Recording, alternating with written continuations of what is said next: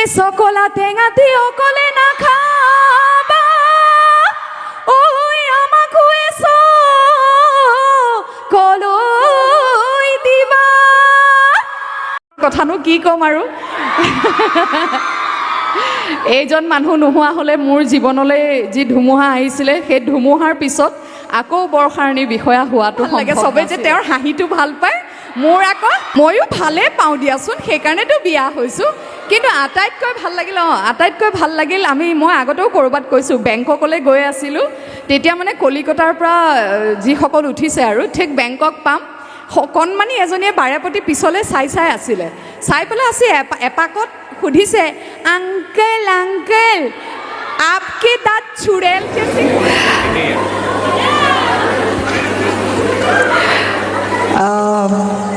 আচলতে মাইক্ৰফোনটো পুনৰ হাতত লৈ অলপ আৱেগিক হৈছোঁ সেইদিনাখন অনাকাংক্ষিতভাৱে হোৱা ঘটনাটোত মাইক্ৰফোনটো দি পেলাই মই মঞ্চৰ পৰা নামি গৈছিলোঁ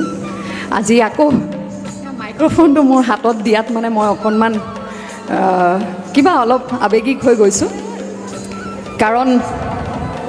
আচলতে মঞ্চখন মোৰ বাবে নটৰাজ কেৱল মই বুলিয়ে নহয় মঞ্চত যিসকল শিল্পীয়ে অনুষ্ঠান পৰিৱেশন কৰে গায়ক গায়িকা হওক বা অভিনয় শিল্পীয়ে হওক আমাৰ বাবে মঞ্চখন নটৰাজ আৰু মই বিশেষকৈ মোক যিসকলে জানে মোৰ লগত থকা যি অনুষ্ঠানে নকৰোঁ কিয় মই যেতিয়াই মোক ক'ৰবালৈ আমন্ত্ৰণ জনোৱা হয় মই সদায় ঘৰৰ কাম এতিয়া ইংৰাজী ক'বলৈও ভয় লগা হ'ল যেন ইংৰাজী নিষিদ্ধ ভাষাহে ঘৰৰ কাম অৰ্থাৎ হোমৱৰ্ক কৰি পেলাই যাওঁ গতিকে খুব নিষ্ঠাৰে যিয়ে কৰোঁ খুব নিষ্ঠাৰে কৰোঁ তাৰ লগত লাগিলে অৰ্থ জড়িত হৈ থাকক নাথাকক অৰ্থাৎ টকা পইচাৰ কথা থাকক নাথাকক যেতিয়াই মঞ্চখনত উঠোঁ সেই কথাখিনি পাহৰি পেলাই আচলতে কেৱল নটৰাজক চিন্তি পেলাই নিজৰ সৰ্বোচ্চ দিবলৈ চেষ্টা কৰোঁ বা যি হওক সেই কথাখিনি এতিয়া ঘপককৈ ওলাই গৈছে সিদিনাখনৰ পিছত এইখিনিতে মই ইতিহাস সমৃদ্ধ শিৱদৌলৰ নিচেই কাষতে অৱস্থিত এই ঐতিহ্যমণ্ডিত শিৱসাগৰ ছোৱালী মহাবিদ্যালয়ৰ আজি বিহু বুলি বহাগৰ উপলক্ষে আয়োজন কৰা বহাগত মাৰি যাওঁ বিহু এই অনুষ্ঠানটোত মোক আমন্ত্ৰণ জনোৱাৰ বাবে মই এই মহাবিদ্যালয়ৰ শ্ৰদ্ধাৰ অধ্যক্ষ ডাঙৰীয়া শ্ৰীযুত প্ৰতিম শৰ্মাদেৱক মোৰ আন্তৰিক ধন্যবাদ জ্ঞাপন কৰিছোঁ মোৰ ভাতৃসুলভ মোৰ জ্যেষ্ঠ ভাতৃ তেজৰ সম্পৰ্ক নাই শৰ্মা আৰু বিষয়াৰ এনেও তেজৰ সম্পৰ্ক নাথাকিব কিন্তু আমাৰ অসমখনত যে তেনেধৰণৰ কোনো কথা আচলতে নাই গুৰুজনাৰ কৃপাত আমি যে অন্য ৰাজ্যতকৈ ভাৰতবৰ্ষৰ অন্য ৰাজ্যতকৈ ইয়াতে আমি ইমান সুন্দৰকৈ সকলোৱে জাতি ধৰ্ম নিৰ্বিশেষে সকলোৱে মিলি এক ভাতৃত্ব এক সমন্বয়ৰ সম্প্ৰীতিৰ দোলেৰে আমি সকলো বান্ধ খাই থাকোঁ সেইখনেই হৈছে আমাৰ চেনেহৰ সোণৰ অসমখন আৰু ইয়াতে এইটো এটা পৰিচয় যে প্ৰতিম দা মোৰ ভাতৃ মোৰ জ্যেষ্ঠ ভাতৃ তেওঁ শৰ্মা মই বিষয়া মই দাস তেওঁ শৰ্মা আৰু লগতে আজি মোৰ লগত আহিছে ঈশান কৌশিক খুব মৰমৰ আপোনালোক সকলোৰে ঈশানৰ লগতো মোৰ কোনো তেজৰ সম্পৰ্ক নাই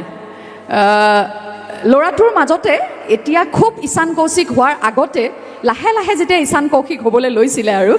তেতিয়াৰ পৰাই মই দেখা পালোঁ হঠাৎ এদিন ভিডিঅ' তাৰপিছত খুব একদম মানে কিবা কিবি ভিডিঅ' দিয়ে মই আপোনালোকে মোক এনেকুৱা কৰিছে মই মৰি যাম কিবা যাম এনেকুৱা ধৰণৰ মই এই পাতৰ আকৌ কি হ'ল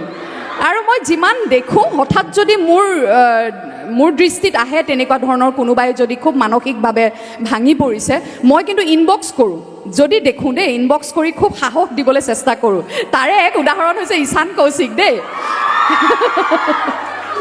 তাৰপিছত চিনেমা কৰিবলৈও অডিশ্যনলৈ মাতিছিলোঁ কিন্তু তেওঁ আউলি বাউলি হৈ গোটেইখন একদম ক'ৰবাত ঘূৰি ফুৰিছিলে গতিকে আহিব নোৱাৰিলে এতিয়া ঈশানৰ লগতো এটা বায়েক ভায়েকৰ সম্পৰ্ক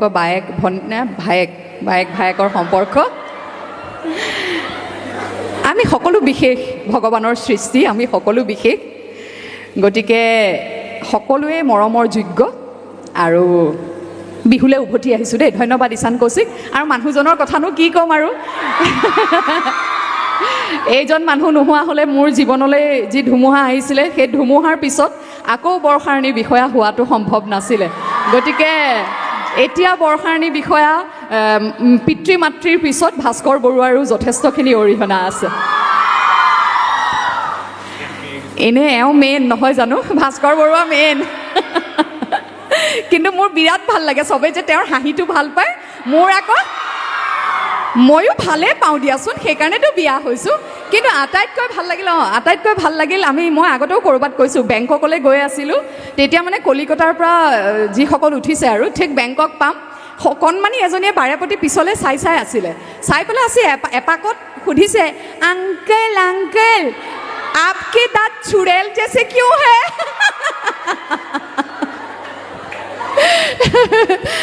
বিহু মানে হৈছে ৰং ধেমালি গতিকে অকণমান হাঁহি বিলাবলৈ চেষ্টা কৰিলোঁ অকণমান নাচিও দিব ইচ্ছা আছে কিন্তু মোৰ এটা ট্ৰেক অলপ চেষ্টা কৰি আছে অকণমান পিছত দিবি ৰ কথা অলপ কৈ লওঁ অ' ইমান দিনৰ মূৰত মাইকটো পাইছোঁ আকৌ এৰি দিম নেকি সেই চকলা টেঙাটি অকলে নাখাবা ঐ আমাকো কলৈ দিবা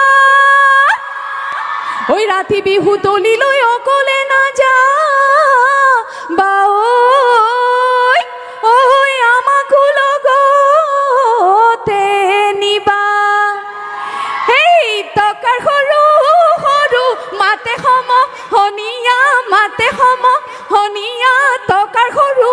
সৰু মাত সেই টকাৰ মাতে শুনি ৰ'ব মইনো হুৱাৰো এৰি যাবে তৰে ভাত নাৰী মানে হৈছে প্ৰকৃতি আৰু প্ৰকৃতি মানে হৈছে বহাগ ধন্যবাদ গতিকে ক'ৰবাত বহাগ উদযাপন কৰোঁতে হয়তো আমি নাৰীক উদযাপন কৰোঁ নহয়নে কোনেও নকৰিলেও আমি প্ৰত্যেকগৰাকী নাৰীয়ে নিজক উদযাপন কৰাটো উচিত বুলি মই ভাবোঁ কিয়নো আমি শক্তি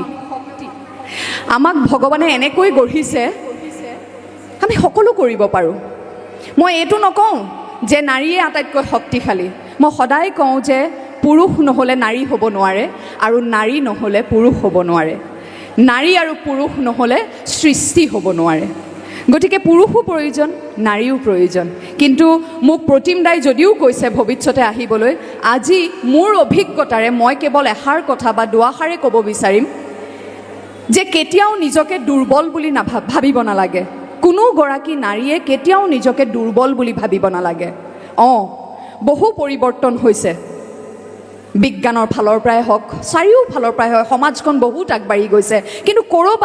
ক'ৰবাত এতিয়াও যেন নাৰীৰ কাৰণে সমাজখন পৰিৱৰ্তন হোৱা নাই বিভিন্ন ধৰণৰ ঘটনা আমি দেখি থাকোঁ প্ৰত্যেকজন পুৰুষ হয়তো তেনেকুৱা নহয় এনেকুৱা পুৰুষো আছে যাৰ নাম ভাস্কৰ বৰুৱা কিন্তু এনেকুৱা পুৰুষো আছে মোৰ এগৰাকী খুব ভাল বান্ধৱীৰ স্বামীয়ে হেনো কৈছিলে যে তেওঁ বোলে স্বামীজনে মোৰ বান্ধৱীগৰাকীক কৈছে কিন্তু তেওঁ বোলে কেতিয়াও ইমান সফল পত্নী এগৰাকীক মানে কি বুলি কয় এতিয়া ইংৰাজীতে কওঁনে যি বুলি কৈছিলে তেওঁ কৈছিলে যে I would have never been able to handle such a successful wife ইমান সফল পত্নী এগৰাকীক হয়তো মই চম্ভালিব নোৱাৰিলোহেঁতেন কিন্তু সেই সফল হোৱাটো সেই পত্নীগৰাকীৰ দুখ নেকি নহয় আমি যদি এজন সফল স্বামীক মানি ল'ব পাৰোঁ স্বীকাৰ কৰিব পাৰোঁ তে এগৰাকী সফল পত্নীক কিয় গ্ৰহণ কৰিব নোৱাৰিব কিয় চম্ভালিব নোৱাৰিম বুলি ক'লে তাৰমানে তেনেকুৱা ধৰণৰ মানসিকতাও আছে আৰু আমি বিভিন্ন ঘটনা শুনি থাকোঁ নহয় গতিকে আমি নিজৰ শক্তিখিনি অনুভৱ কৰিব লাগিব আমি নিজে শক্তিশালী আৰু সমাজখন গঢ়াত আমাৰ ব্যক্তিত্বই সমাজখন গঢ়িব আমি কেনেকৈ বিচাৰিছোঁ বহুত কিবা কৰিব পাৰিলোহেঁতেন মোৰ লগত হোৱা ঘটনাটোত কিন্তু নহয় সেই মঞ্চখনৰ এক ঐতিহ্য আছে কোনোবা বৰ্ষাৰণী বিষয়া কোনোবা আৰু এজন ব্যক্তিতকৈ সেই মঞ্চখন বহু ঊৰ্ধত আমি নাথাকিম কাইলৈ সেই মঞ্চখন থাকি যাব গতিকে মই কেনেকৈ প্ৰতিবাদ কৰিম মই মৌন হৈ প্ৰতিবাদ কৰিম কিন্তু ক'ৰবাত মই মুক্ত কণ্ঠৰে প্ৰতিবাদ কৰিম গতিকে নাৰী মানে কেতিয়াও দুৰ্বল নহয় নাৰী শক্তি হয় সেইখিনি কথা প্ৰতিগৰাকী নাৰীয়ে আজি মই ছাত্ৰীসকলক কওঁ যে সেইকাৰণে মই তুমি বুলি সম্বোধন কৰিব বিচাৰিছোঁ। আজি পঢ়ি আছা, সপোন দেখিছা, সপোন দেখা আৰু সেই সপোনবোৰ সঁচা কৰিবলৈ চেষ্টা কৰা। তোমালোকে সপোনবিলাক সঁচা কৰিবলৈ চেষ্টা কৰিলে মোৰ ছোৱালী যে উঠি আহি আছে সেই প্ৰজন্মটোৱে আকৌ সাহস পাব সপোন সঁচা কৰিবলৈ। তেনেকৈ আমি প্ৰতিগৰাকী নাৰী, প্ৰতিগৰাকী ছোৱালীয়ে উঠি অহা ছোৱালীসকলৰ বাবে উদাহৰণস্বৰূপ হৈ থিয় দিব লাগিব। সেইখিনিয়ে মোৰ সকলো ছোৱালী বা সকলো নাৰীলৈ এক অনুৰোধ। আৰু লগতে বিহু আজি ঈশানক কৈ আছিলোঁ, ঈশানে মোক বহুত সহায় কৰে। আজিকালি এনেকুৱা অনুষ্ঠান থাকিলে বেচেৰাটো গুচি আহে আৰু ঈশানৰ লগত মই পাতোঁ, মোৰ স্বামীৰ লগতো পাতোঁ যে মই কি ক'ম। আজি আহি থাকোঁতে, অহাৰ আগতে মই ঈশানক কৈছিলোঁ, ঈশান জানা আজি মোৰ কি ক'বলৈ মন গৈছে? আজি মোৰ বিহুৰ বিষয়ে ক'বলৈ মন গৈছে যে বিহু মানে কেৱল বিহু নহয়, বিহু মানে কেৱল বিহু নহয়, বট হুঁচৰিকাৰে হত উকাৰে হয়ো হু বিহু নহয়। বিহু মানে কেৱল নাচ নহয়, বিহু মানে কেৱল বিহু গান নহয়, বিহু মানে কেৱল খেতি নহয়, বিহু মানে কেৱল গছত বিনাই থকা কুলিজনী নহয়। বিহু মানে কি? বিহু মানে অসমীয়া জাতি। গতিকে আমি থাকোঁ নাথাকোঁ অসমীয়া জাতি থাকিব লাগিব আৰু অসমীয়া জাতি থাকিবলৈ হ'লে বিহু থাকিব লাগিব। গতিকে বিহু কেৱল বিহু নহয়, বিহু এক আৱেগ, বিহু এক শক্তি। বিহু হৈছে অসমীয়া জাতিৰ শক্তি আৰু অসমীয়া জাতিৰ সেই যে আমাৰ অন্তৰত যে এটা, আমাৰ বুকুৰ ভিতৰত যে ধিপ ধিপ ধিপ ধিপ কৰি আছে হৃদস্পন্দন, অসমীয়া জাতিৰ হৃদস্পন্দন হৈছে বিহু। গতিকে বিহুৰ প্ৰতি আমি সকলো দায়বদ্ধ। বিহু বুলি কোৱাৰ লগে লগে আমাৰ দায়িত্ব আহি যায় বহুত বেছি। কেৱল বিহু পাতিলোঁ আৰু হৈ গ'ল তেনেকুৱা নহয়। বিহু উৰেতো জীৱন, প্ৰতিটো মুহূৰ্তত ইয়াত থাকিব লাগিব আৰু বিহু প্ৰতিটো মুহূৰ্তত ইয়াত থকা কেনেকৈ আমি আমাৰ জাতিৰ অস্তিত্ব, ভাষা, সাহিত্য, সংস্কৃতি কেনেকৈ আমি জীয়াই ৰাখি এই চহকী জাতি অসমীয়া জাতিটোক চিৰযুগমীয়া কৰি ৰাখিব পাৰোঁ, প্ৰত্যেকৰে দায়িত্ব, বিশেষকৈ যুৱ প্ৰজন্মৰ তোমালোকৰ দায়িত্ব।